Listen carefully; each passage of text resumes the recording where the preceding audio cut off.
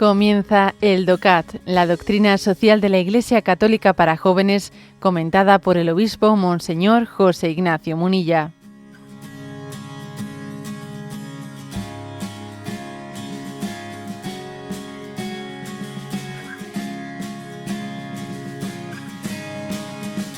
Punto 268 que dice, la pregunta es, ¿cómo pueden vivir bien los cristianos dentro de los límites de la naturaleza? Y responde así.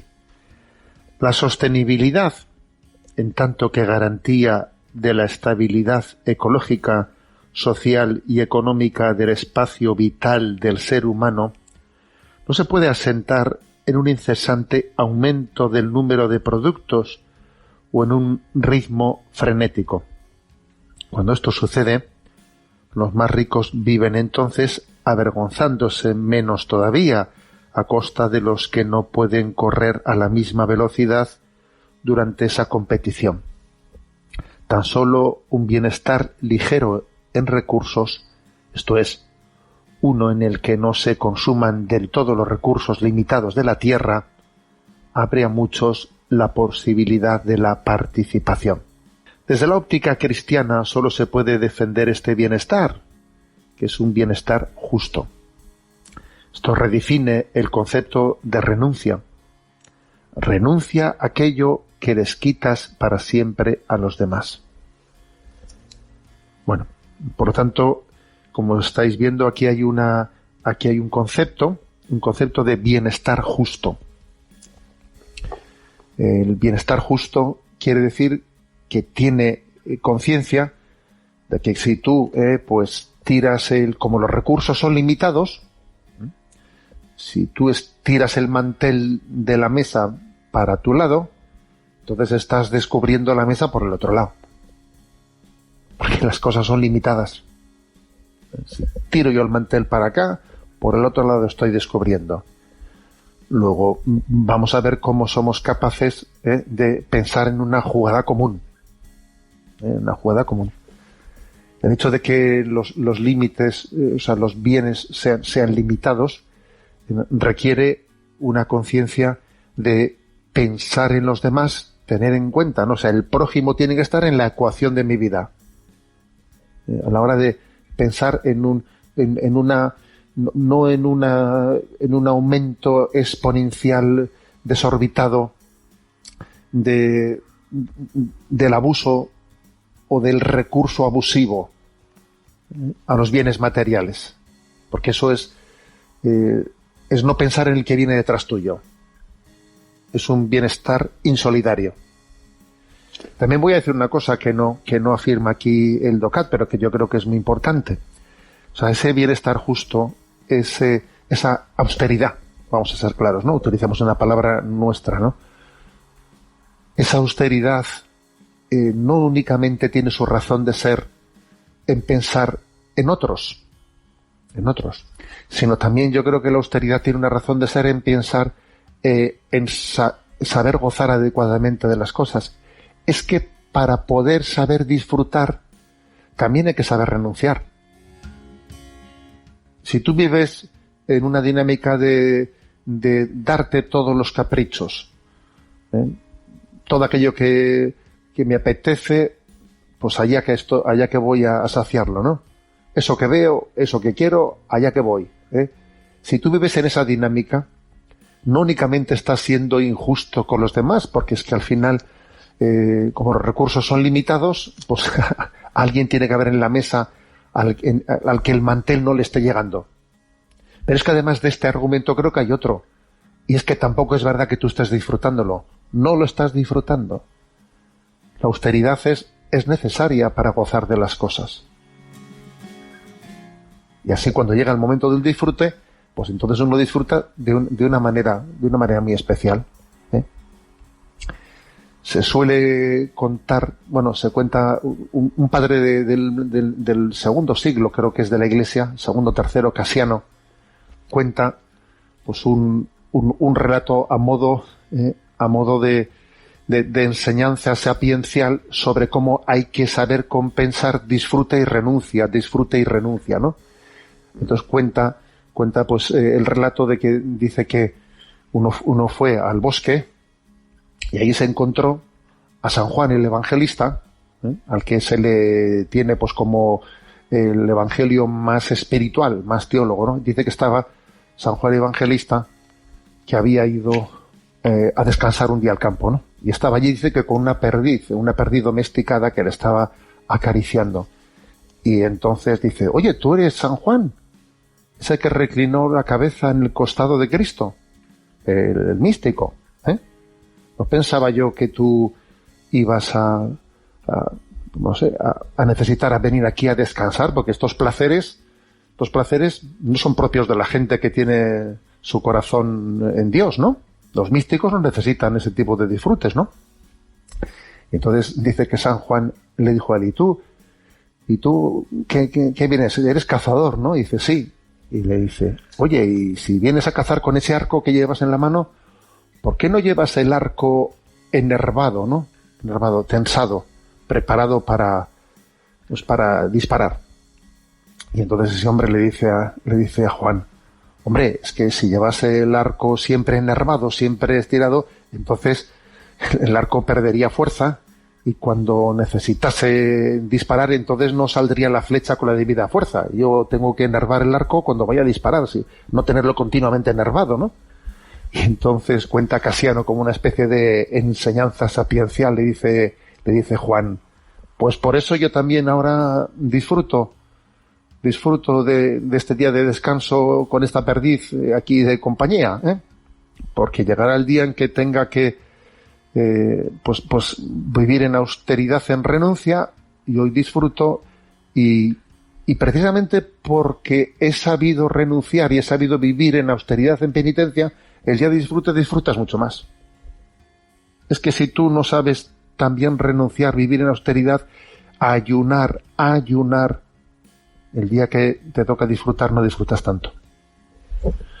Bueno, luego esta pequeña enseñanza sapiencial, ¿no?, de Casiano, etcétera, sirva para entender que lo que dice este punto 268, o sea, no es únicamente que ese bienestar justo tenga como razón el pensar en que los bienes son limitados y si yo estoy recurriendo, ¿no?, al derroche, obviamente ahí tiene que haber alguien que se esté quedando descabalgado. Piense ahora o los que vengan detrás, porque estoy esquilmando los recursos, ¿no?, que son limitados. Sino es que además tampoco es verdad que tú disfrutes. O sea, la austeridad es clave, es necesaria para saber disfrutar de las cosas, para tener pues el disfrute de decir, pero mira qué mañana, pero mira qué desayuno, ¿no? Pero mira qué gozada, pero mira qué vaso de agua me he bebido. O sea, es que creo que hay que tener esa capacidad de disfrute. Leo un texto que aquí el DOCAT nos ofrece de nuestro Papa Emérito Benedicto XVI, que es del año 2008. Dice, en efecto, no se trata solo de encontrar técnicas que prevengan los daños, aunque es importante descubrir energías alternativas y otras cosas. Todo eso no bastará si nosotros mismos no asumimos un nuevo estilo de vida, una disciplina hecha también de renuncias, una disciplina que nos obligue a reconocer a los demás, a los que pertenece la creación tanto como a nosotros. O sea, la disciplina de la renuncia es también una manera de descubrir a los demás, de pensar en los demás, de no pensar solamente en nosotros mismos. Y aquí hay otra cita del Papa Francisco en Evangelii Gaudium, número 215, que dice: los seres humanos no somos meros beneficiarios, sino custodios de las demás criaturas. Yo también estoy llamado a custodiar a los demás. Tiene que ser el disfrute y el bienestar en esta vida un bienestar compartido, justo, que introduzca en la ecuación, ¿no?, a los demás.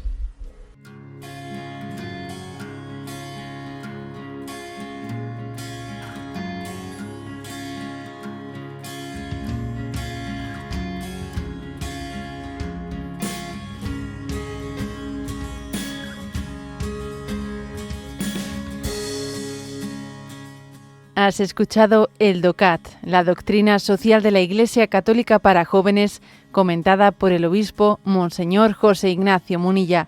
Encuentra todos los audios en radiomaria.es.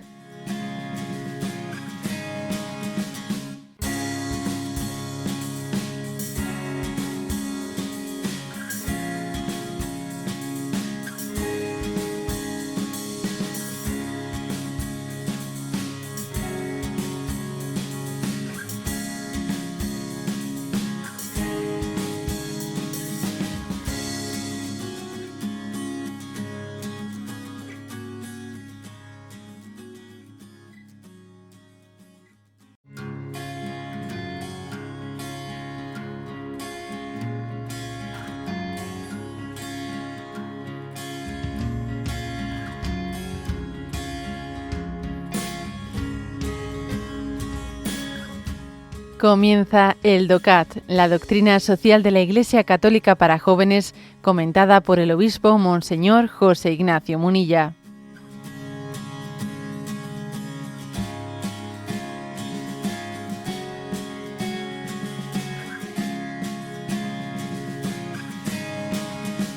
Vamos a concluir con este punto 269, pues el apartado referido a la preservación de la creación, Y el último punto es ¿dónde está Dios en la crisis ecológica? Y responde: la crisis ecológica no ocurre en los despachos de teólogos y sociólogos, sino en las experiencias existenciales de los campesinos perjudicados por el clima o de los trabajadores itinerantes por las barriadas de las grandes ciudades. ¿Dónde está Dios entonces? Ante todo, Dios está en aquellos que comparten sistemáticamente, porque un Dios solícito, encarnado en Jesucristo, participó por sí mismo de la miseria humana. Dios se encuentra también en todos aquellos esfuerzos realizados para que la tierra devastada pueda parecerse de nuevo a la creación y alcanzar así nuevos hábitats regenerativos. La antropología cristiana puede además contribuir a un uso justo y responsable de los bienes, ya que no determina el valor del hombre en función de cuánto produce o consume. La Iglesia es asimismo el actor global más antiguo, lo que la capacita para asumir de manera especial una responsabilidad global, y es que sólo la responsabilidad trae consigo el cambio de la crisis ecológica. Bueno, como os digo, este punto 269 pues concluye este apartado en el que el DOCAT nos ha hablado de, bueno, la perspectiva de cómo cuidar el medio ambiente desde la perspectiva cristiana. Entonces, aquí algo que se afirma es, desde la antropología cristiana se hace una gran contribución a la preservación del medio ambiente, porque la antropología cristiana pues no es materialista. Claro, cuando uno parte de una antropología materialista, de ahí se derivan muchas consecuencias. Pero claro, nosotros estamos hablando de un concepto de antropología en la que estamos especialmente cuidando los valores del espíritu. No estamos fomentando la carnalidad, porque la carnalidad lleva al consumismo. La carnalidad lleva al consumismo. Y la perspectiva cristiana lleva una vida más austera. Solo ve un ciego, vamos. Lleva una vida más austera. Pues no, la perspectiva cristiana no es, venga, a vivir, que son 4 días, ¿no? Y entonces a una vivencia desenfrenada que lleva al consumismo, que lleva a una crisis ecológica. No, pues la perspectiva cristiana lleva a la austeridad, lleva a saber incluso pues renunciar, ¿no? Renunciar pues a una manera desenfrenada de la vivencia de un consumo que no nos permite, ¿no? Que no nos está ayudando a tener el señorío sobre nuestra propia voluntad, ¿no? Está claro que la aportación que hace el cristianismo es muy importante. El que no quiera ver esto no está entendiendo nada. También decir que nosotros entendemos vemos que Jesucristo está presente en aquellas víctimas también de la crisis ecológica, porque es obvio que pues que las crisis ecológicas se suelen cebar pues en los más pobres, tanto en el mundo pues de la escasez del agua, como en las grandes urbes, ¿no? Lo que acontece en determinados barrios de las grandes urbes del tercer mundo, o no únicamente del tercer mundo, es especialmente los más pobres en los que se está cebando las consecuencias de la crisis ecológica. Y nosotros ese reconocimiento que hacemos de la presencia de Cristo en todos aquellos que sufren, obviamente será una gran aportación, ¿no?, para luchar contra esta crisis ecológica, ¿eh?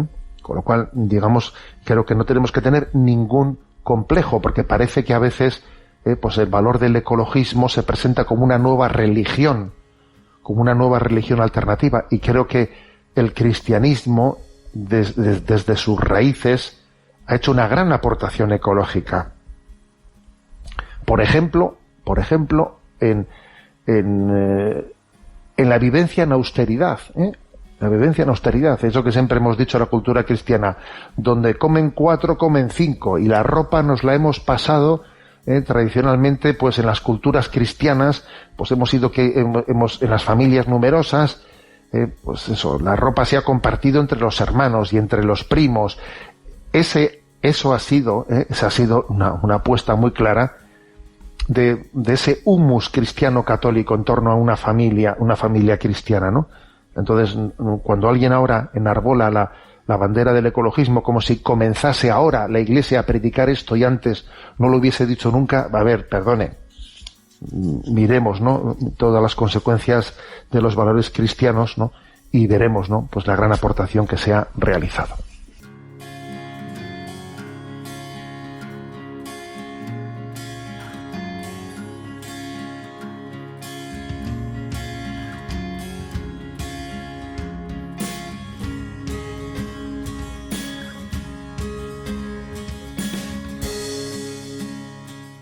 Has escuchado el DOCAT, la doctrina social de la Iglesia Católica para jóvenes, comentada por el obispo Monseñor José Ignacio Munilla. Encuentra todos los audios en radiomaria.es.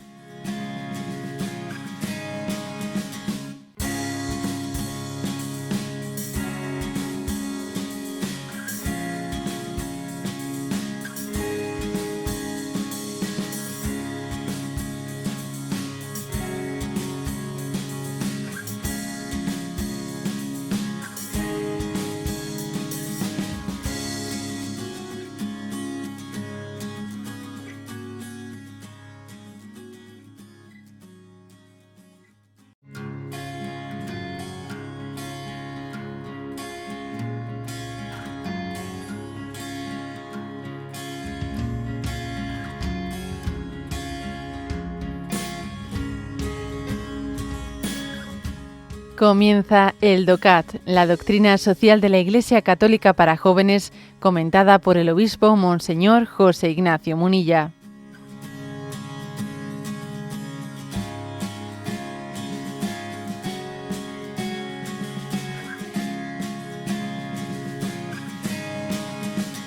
Comenzamos el apartado número 11 de este compendio de doctrina social de la Iglesia.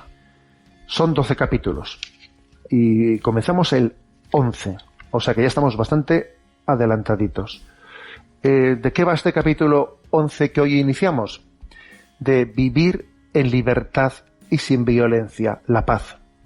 Son unos pocos números y el primero en concreto es el número 270 y dice: ¿por qué se necesita a Dios si se desea la paz?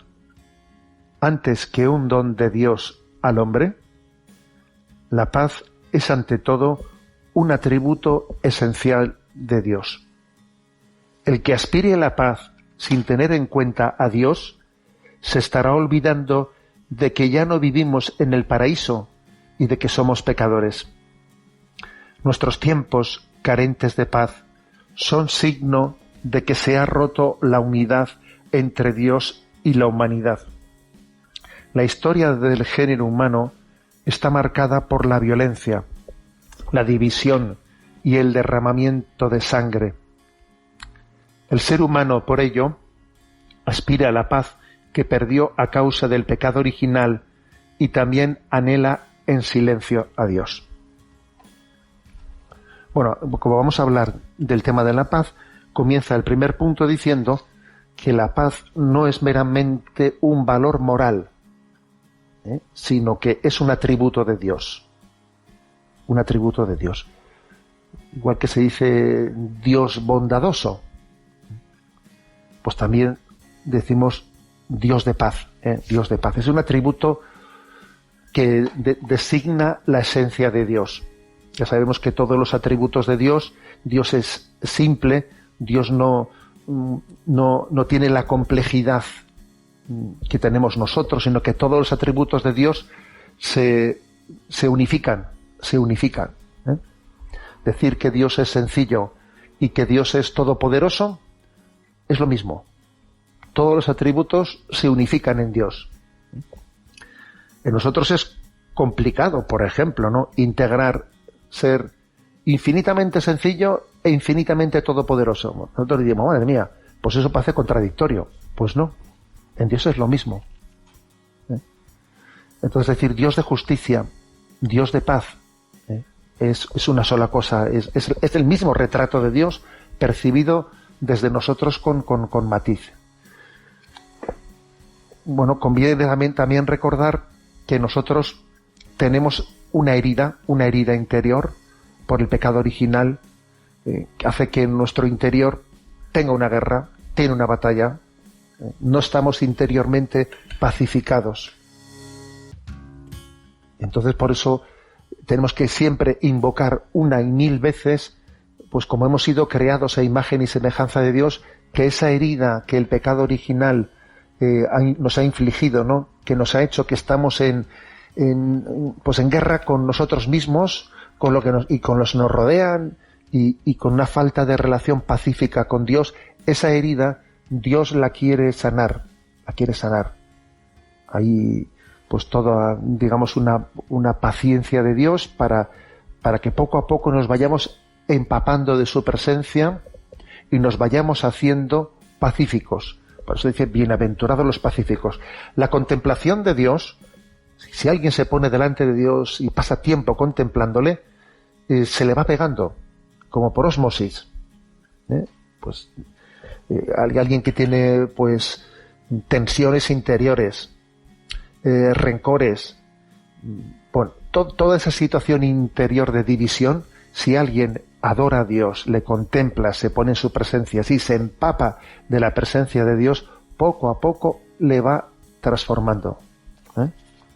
Luego, insisto, punto primero, el atributo de la paz es el rostro de Dios, es uno de los rostros con los que nosotros conocemos a Dios, y necesitamos, pues, una y otra vez, pues, contemplar a Dios y volver a nuestro origen de haber sido creados a imagen y semejanza de Dios, y darnos cuenta de que lo más genuino que tenemos dentro de nosotros no son nuestros brotes coléricos, no son nuestras batallas interiores, no, lo más genuino es nuestro profundo deseo de paz. Ese deseo de paz que anhela en el corazón del hombre viene a decir que somos hijos de Dios, que hemos sido creados a su imagen y semejanza.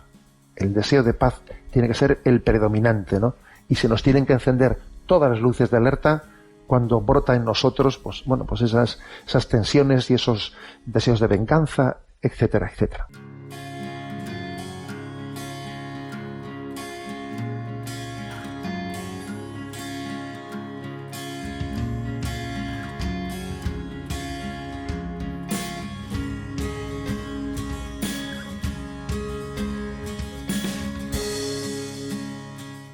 Has escuchado el DOCAT, la doctrina social de la Iglesia Católica para jóvenes, comentada por el obispo Monseñor José Ignacio Munilla.